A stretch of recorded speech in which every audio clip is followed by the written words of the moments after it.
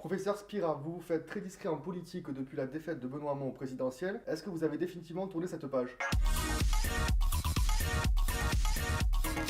Ah non, pas du tout, je suis discret involontairement. Avec Benoît Hamon, on a construit un mouvement qui s'appelle Génération et qui est en pleine phase de croissance, vous entendrez parler. Non, c'est des outils. L'humain est primordial dans le domaine de la santé. Les robots ne remplaceront jamais les hommes et les femmes. Ma naissance en politique. La santé des exilés. D'abord, l'accès au système de santé, l'accès à la prévention, l'accès au droit à santé, tout simplement.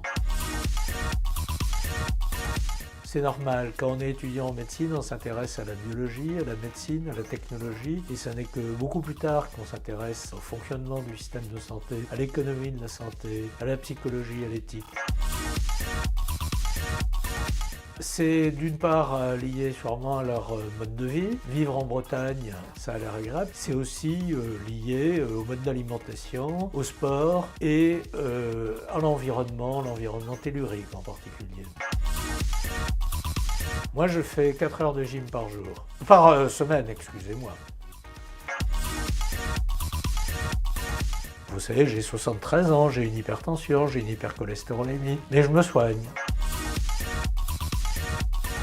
Non, moi j'ai pas honte d'être français parce que ma principale activité c'est de travailler avec le SAMU social de Paris sur la santé des personnes qui sont à l'hôtel, en particulier des femmes. Les droits des femmes qui sont au 115, c'est un sujet fondamental et vous savez on rencontre des personnes extraordinaires, c'est une richesse pour la France, j'ai pas honte.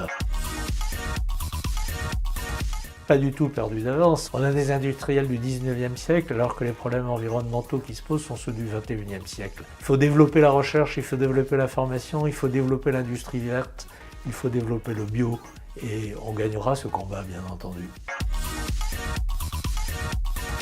Merci WhatsApp Doc.